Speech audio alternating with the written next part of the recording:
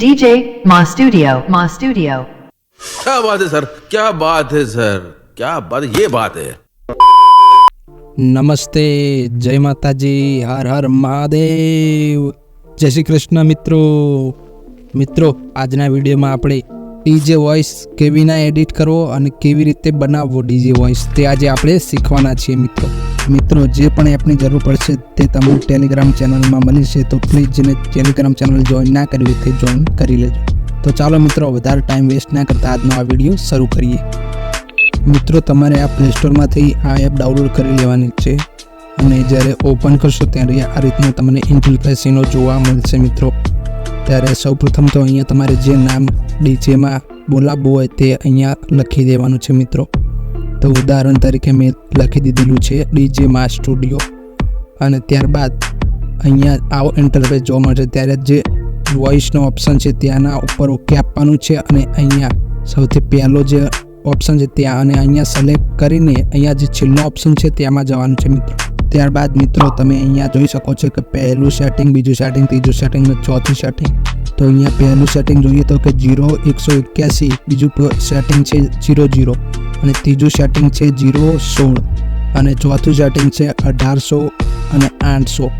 તો મિત્રો આ તમારે સેટિંગ કરી લેવાનું છે। ત્યારબાદ બીજું સિલેક્ટ કરવાનું છે આપણે અહીંયા જે આ ઇકો નામનો ઓપ્શન છે તે અને ત્યાંનું પણ સેટિંગ તમને અહીંયા જોવા મળશે મિત્રો।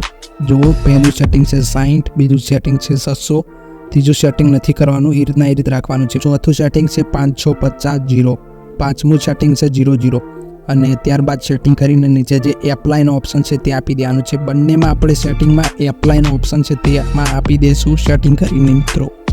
ત્યારબાદ આપણે જોઈએ તો આગળ ત્યારબાદ મિત્રો અહીંયા જે શેરનો ઓપ્શન છે ત્યાં જઈને વિડીયો સેવ કરી લેવાનો છે મિત્રો।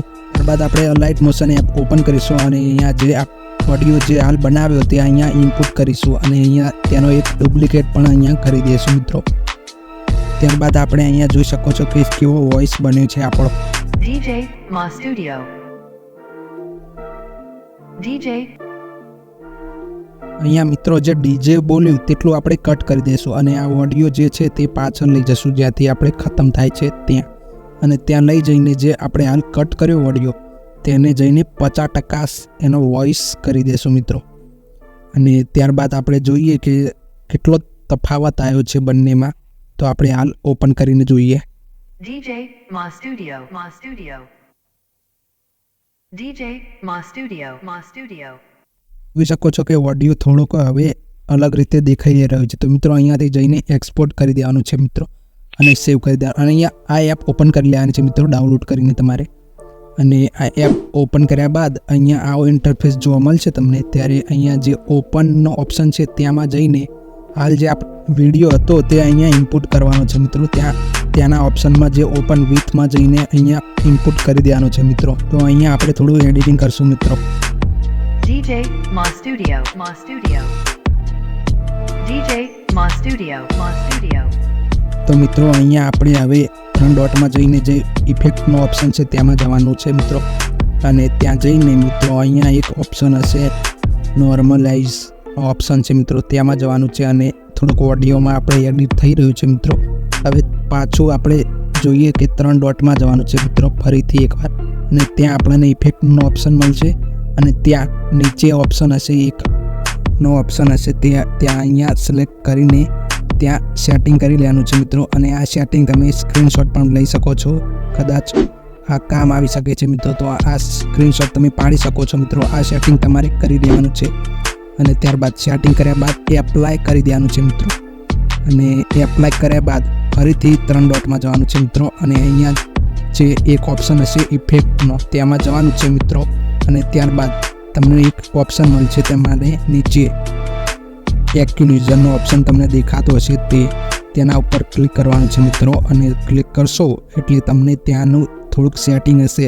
આમાં કંઈ છેડછાણી કરવાની નથી મિત્રો, એપ્લાય ખાલી કરી દેવાનું છે મિત્રો અને એપ્લાય કર્યા બાદ આપણો ઓડિયો રેડી થઈ ગયો છે મિત્રો ડીજેમાં। પરંતુ થોડુંક આ ફિલ્ટર આપણે મારી લઈએ, હજુ છેલ્લું ફિલ્ટર છે તો મિત્રો અહીંયા ફિલ્ટર માટે નોર્મલાઇઝનો ઓપ્શન છે તે ઓપન કરી દેશું અને હવે આપણું આ ઓડિયો તૈયાર થઈ ગયો છે એકદમ। તો અહીંયા આપણે હવે સાંભળીએ।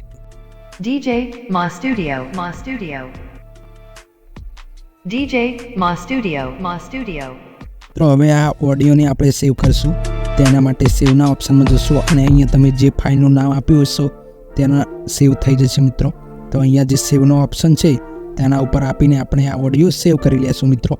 અને સેવ કરવા માટે આપણે આ ઓડિયો રહ્યો તે MP4માં મિત્રો સેવ થશે. તો તેના માટે આપણે હવે ફાઇલ મેનેજર ઓપન કરીશું અને ફાઇલ મેનેજર ઓપન કર્યા બાદ આપણે તેમાં જે ઓડિયો આપણો હાલ જે MP4 હતો તેમાં જઈને આપણે રીનેમ કરવાનું છે. તો મિત્રો અહીંયા આ ઓડિયો છે મિત્રો, આપણો જે MP4નો ઓડિયો છે તો તેને MP3માં કન્વર્ટ કરવાનો છે. તે આપણે ત્યાં જઈને જે નામ છે તેનું તો બદલી નાખીશું નામ, અને MP4 છે તો MP3 કરીને આપણે ખાલી હવે સેવ કરી દઈશું મિત્રો.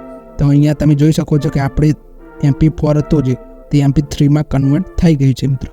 તો મિત્રો જો તમને આ વિડીયો પસંદ આવ્યો હોય, ચેનલ પર નવા આવ્યા હોય તો આ તમે ચેનલને સબસ્ક્રાઈબ જરૂરથી કરજો. તો ચલો મિત્રો મળીએ બીજા એક નવા વિડીયોમાં. ત્યાં સુધી જય માતાજી મિત્રો.